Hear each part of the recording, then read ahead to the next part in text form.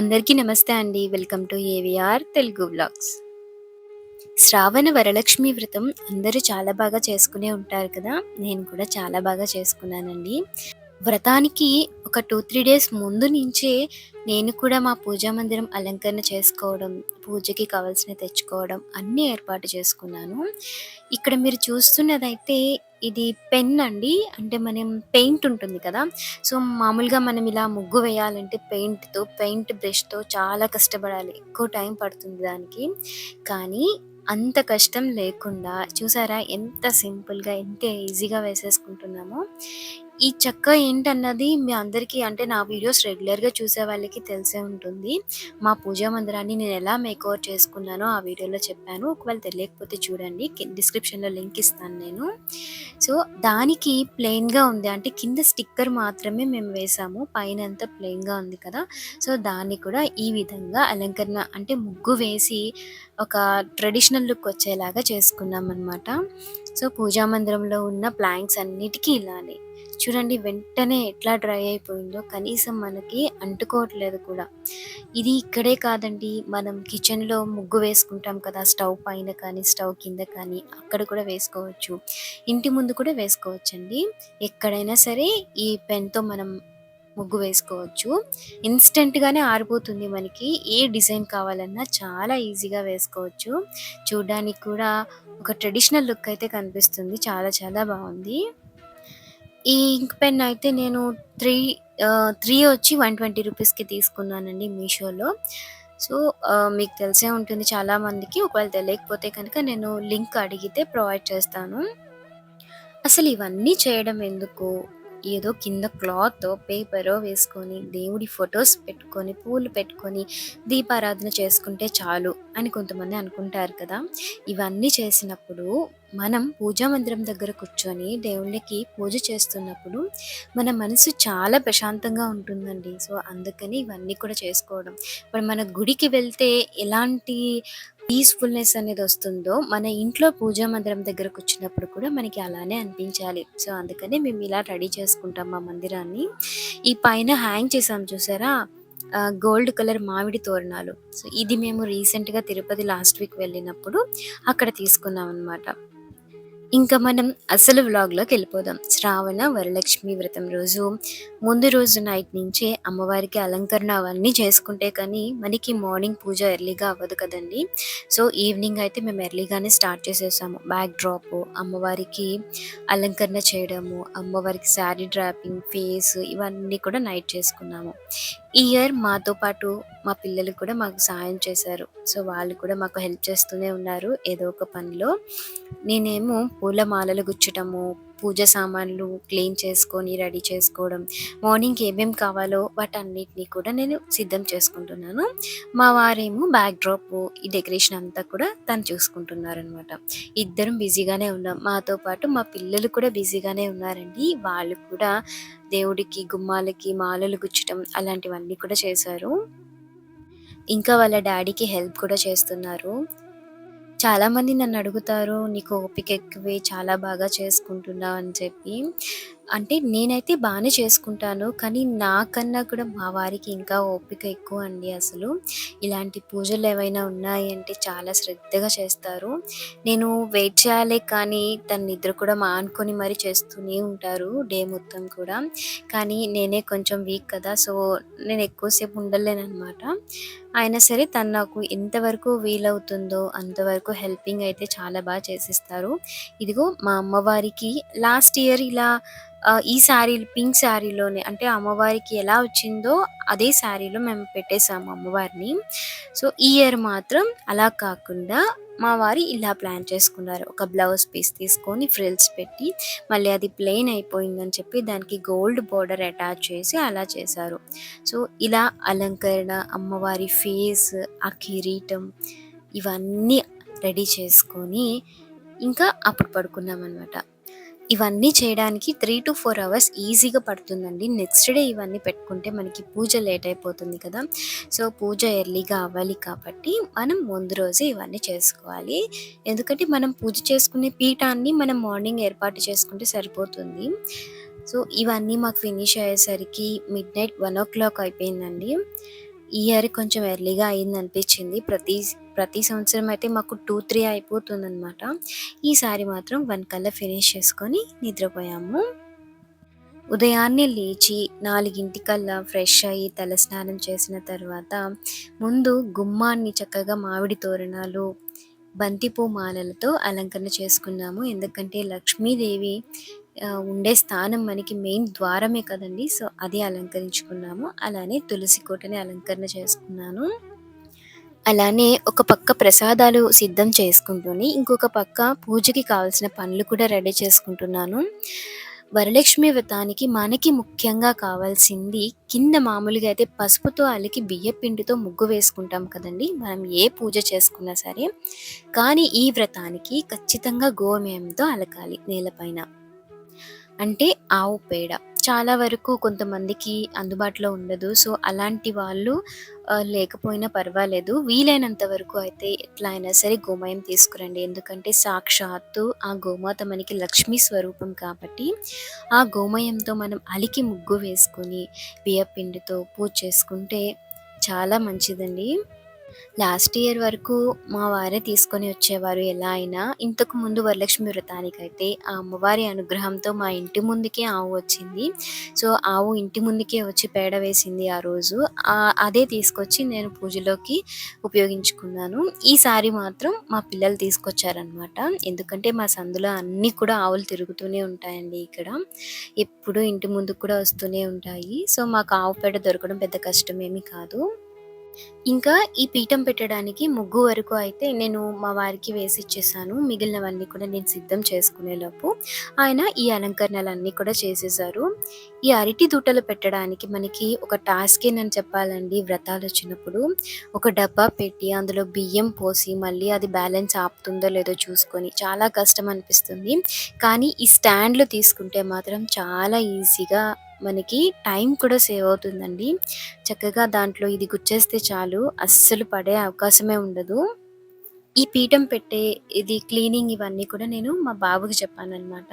So, ఇలాంటి పనులన్నీ కూడా మనం పిల్లలకి చెప్తూ ఉంటే వాళ్ళకి కూడా దైవభక్తి పెరుగుతూ ఉంటుంది. చిన్నప్పటి నుంచి మనం ఎలా చేస్తున్నామో దాన్ని అబ్జర్వ్ చేస్తూ వాళ్ళు కూడా నేర్చుకుంటారండి. తప్పకుండా పిల్లల్ని కూడా మనం చేసే పూజలో కనీసం పక్కనన్నా కూర్చోబెట్టుకోవాలి. లేదా చిన్న చిన్న పనులు, దీపారాధన చేయడం ఇలాంటివైనా నేర్పిస్తూ ఉండాలి. ఇదిగోండి మా వరలక్ష్మి వ్రతం. అమ్మవారిని మేము ఎలా అలంకరించుకున్నామో చూసారా? లక్ష్మీనారాయణుల విగ్రహాలైతే కళ్ళకి చాలా అందంగా కనిపిస్తున్నాయి కదండీ! ఈ జ్యువెలరీ, ఈ హ్యాండ్స్ ఇవన్నీ కూడా మా వారు తీసుకొచ్చారండి. రీసెంట్‌గా తీసుకొనొచ్చారు. ఆన్‌లైన్‌లో కొన్నవైతే కాదు. చాలామంది లింక్ అడుగుతున్నారు. లింక్ పెట్టండి. ఇంత చిన్న జ్యువెలరీ ఎక్కడ తీసుకున్నారని.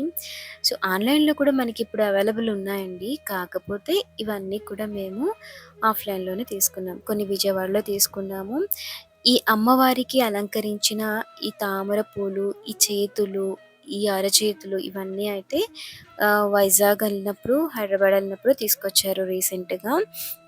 అమ్మవారికి చాలా బాగా సెట్ అయ్యాయండి. చాలా అందంగా ఉంది. ఇక్కడ పద్మంలాగా ఒక చెక్క పీట కనిపిస్తుంది కదా మీకు. ఇది మొన్న అలివేలు మంగాపట్నం తిరుపతి వెళ్ళినప్పుడు అక్కడ తీసుకున్నామండి 200 రూపీస్‌కి. లక్ష్మీదేవిని పెడితే చాలా అందంగా ఉంది. లక్ష్మీదేవినే కాదండి ఏ స్పెషల్ అకేషన్స్ వచ్చినా కూడా దాని మధ్యలో మనం ఆ విగ్రహాల్ని పెట్టుకొని నీట్‌గా అందంగా అలంకరించుకోవచ్చు. పూజకి అన్నీ సిద్ధంగా ఉంచుకున్న తర్వాత ముందు మా వారి దగ్గర ఆశీర్వచనం తీసుకుంటున్నాను. మామూలుగా చాలామంది పూజ అయిన తర్వాత ఆశీర్వచనం తీసుకుంటారు కదా! నేను కూడా అంతే పూజ అయ్యాకే తీసుకునేదాన్ని. కానీ ఈసారి మన చాగంటి కోటేశ్వరరావు గారు ప్రవచనంలో చెప్పారు కదండీ! ఈ వరలక్ష్మి వ్రతం చేసుకునే ముందే భర్త దగ్గర ఆశీర్వచనం తీసుకోవాలి. సో, అందుకనే నేను ఈ సంవత్సరం ముందే మా వారి దగ్గర ఆశీర్వచనం తీసుకున్నాను. ఇంకా ఈరోజు షోడశోపచారాలతో లక్ష్మీనారాయణుల్ని ఇద్దరిని పూజించాలండి. మనం చేసే పూజ వరమహాలక్ష్మికే అంటే లక్ష్మీదేవికే. కానీ ఆ అమ్మవారు పక్కన స్వామివారు ఉంటేనే సంతోషంగా ఉంటుంది ఎప్పుడు కూడా. ఇంటికి ఆహ్వానించిన, పూజ చేసినా ఆయనతో కలిపే పూజించాలి. సో, అందుకనే ఎప్పుడు లక్ష్మీదేవిని పూజించినా పక్కన మేము స్వామివారిని పెడతాము. అలాగే నారాయణుడిని పూజించిన పక్కనే అమ్మవారిని కూడా పెడతాము. ఈ లక్ష్మీనారాయణ టైంలో పూజ వచ్చినప్పుడు మాత్రం విడివిడిగా మేమెప్పుడు చేయమండి. 7 శనివారాల పూజ చేసినప్పుడు కూడా స్వామి ఒక్కరికే మేము చేయలేదు. అలాగే దీపావళి, ఇలాంటి వరలక్ష్మి వ్రతం ఇలాంటివి వచ్చినప్పుడు అమ్మవారిని ఒక్కరినే కూడా మేము పూజించం. తప్పకుండా ఇలా ఇద్దరిని పక్కపక్కనే ఉంచుకొని పూజ చేస్తాం. సో, ఇక్కడైతే మేము పంచోపచారాలతో అభిషేకం చేసుకున్నాము. అలాగే కొన్ని పళ్ళు సిద్ధం చేసుకొని వాటితో కూడా అభిషేకం చేసుకుంటున్నాము. మనకి షోడశోపచార పూజలో అభిషేకం అనే ఉపచారం వస్తుంది కదండీ! సో, అక్కడ ఈ చిన్న విగ్రహాలు పెట్టుకొని అభిషేకం చేసుకుంటాం. మామూలుగా అయితే మా ఇంట్లో కొంచెం పెద్దవే ఉంటాయి. మీరు ఆల్రెడీ చూసారు కదా ఇందాక. పెద్ద వెంకటేశ్వర స్వామి విగ్రహం, దాని పక్కనే లక్ష్మీదేవి విగ్రహం. అవి నిండుగా అలంకరణ చేసి పూజలో పెట్టుకున్నాం కదా! అందుకని ఈ 2 విగ్రహాలకి అభిషేకం చేసుకుంటాం. ఇలాంటి వ్రతాలు లాంటివి వచ్చినప్పుడు అభిషేకం అనేది చాలా ఇంపార్టెంట్ అండి. పంచామృత అభిషేకం అనేది చాలా మంచిది మనం ఇంట్లో విగ్రహాలకి చేసుకుంటే. ప్రతి ఒక్కరి ఇంట్లో ఇలా విగ్రహాలు ఉండాలని ఉండదు కదా! అయినా సరే చిన్న కాయిన్ అన్నా ఉంటుంది కదా మీ దగ్గర, లక్ష్మీ రూపు కానీ, లేదంటే నారాయణుడికి సంబంధించి సత్యనారాయణ స్వామి వ్రతం చేసుకున్నప్పుడు కూడా ఇలా ఒక చిన్న కాయిన్ లాంటిది తీసుకొని వ్రతం చేపిస్తారు కదండీ! సో, అలాంటివి ఉన్నా సరే మీరు వాటికి అభిషేకం చేసుకోవచ్చు. పసుపు నీళ్ళు, కుంకుమ నీళ్ళు, గంధం, సో, ఇలా అన్నిటితో కూడా చక్కగా అభిషేకం చేసుకున్నామండి. ముందు చేసిన పంచామృతాన్నయితే సెపరేట్‌గా ఒక గిన్నెలోకి తీసేసుకున్నాను. ఎందుకంటే అది తీర్థంలాగా అందరం కూడా తీసుకోవాలి. అది పక్కకి తీసేసుకున్న తర్వాత మిగిలినవన్నీ కూడా ఇలా చేసుకుంటున్నాం. చాలామంది కామెంట్స్‌లో అడుగుతున్నారు కదండీ! ఈ వారం పూజ చేయడం కుదరకపోతే ఏం చేయాలి? అలానే పౌర్ణమి మనకి మూడో వారం వస్తుంది కదా! మరి ఈ వారం వరలక్ష్మి వ్రతం చేసుకోవచ్చా? ఇలా చాలా డౌట్స్ అడుగుతూనే ఉన్నారు. వరలక్ష్మి వ్రతానికి సంబంధించి చాలా డౌట్స్ వస్తాయండి మన సబ్స్క్రైబర్స్‌కి. అంటే కొత్తగా పెళ్ళైన వాళ్ళు కూడా వస్తూనే ఉంటారు కదా! సో, వాళ్ళు తప్పకుండా చేసుకోవాలండి కొత్తగా పెళ్ళైన వాళ్ళు వరలక్ష్మి వ్రతం. సో, పౌర్ణమి ముందు వచ్చే శుక్రవారం మనకి ఇంపార్టెంట్. దీనికి తిథి, నక్షత్రం ఇలాంటి వాటితో సంబంధం ఉండదు. పౌర్ణమికి ముందు వచ్చే శుక్రవారం రోజంతా కూడా మనకి మంచి గడియలే ఉంటాయి. ఆ రోజే మనం వరలక్ష్మి వ్రతం చేసుకోవాలి. ఒకవేళ అప్పుడేదైనా ఆటంకం ఉంటే ఆడవాళ్ళకి, దాని నెక్స్ట్ పౌర్ణమి శుక్రవారం చేసుకోవచ్చు. లేదా మొదటి వారం కానీ, నాలుగో వారం కానీ, ఒక్కొక్క సంవత్సరం మనకి 4 శుక్రవారాలొస్తాయి. ఒక్కొక్క సంవత్సరం మనకి 5 శుక్రవారాలొస్తాయి. ఇలా ఏ శుక్రవారమైనా సరే చేసుకోవచ్చండి వీలు కుదిరినప్పుడు.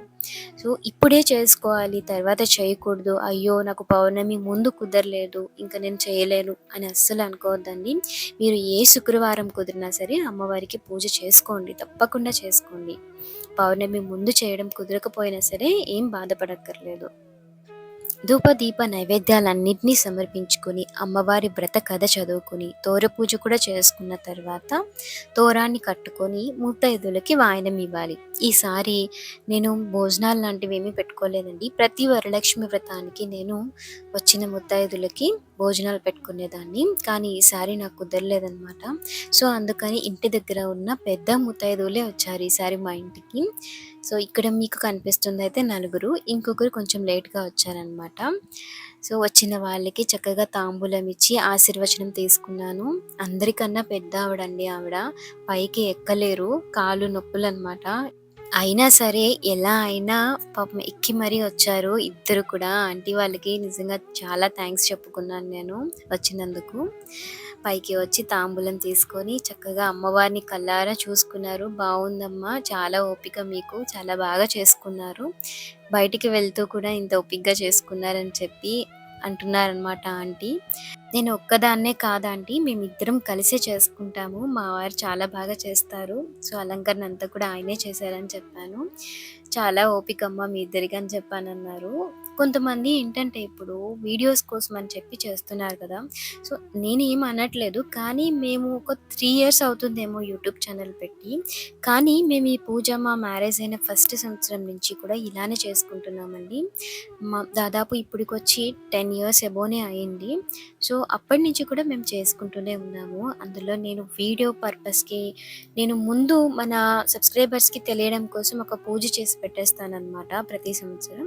నేను వ్రతం చేసుకున్నప్పుడు ప్రతీది కూడా నేను తీయడం కష్టమండి వీడియో. సో, అందుకే వీలైనంత వరకే తీసి ఇలా పోస్ట్ చేస్తూ ఉంటానండి. మొత్తం తీయాలన్నా కూడా పూజ రోజు నేను కూడా భక్తి శ్రద్ధలతో అమ్మవారిని పూజించుకోవాలనుకుంటాను కదా! సో, కొంచెం కష్టమవుతుందనమాట. ఈ సంవత్సరం నేను చేసుకున్న వరలక్ష్మి వ్రతం అండి ఇది. మీకెలా అనిపించిందో తప్పకుండా నాతో కామెంట్ ద్వారా తెలియచేయండి. అలానే మీరు చేసుకున్న పూజ కూడా నేను తప్పకుండా చూస్తానండి. ఇన్‌స్టాగ్రామ్‌లో నాతో షేర్ చేసుకోండి. ఇన్‌స్టాగ్రామ్ ఐడీ కూడా ఇదే పేరుతో ఉంటుంది. ఈ ఛానల్ నేమ్‌తోనే.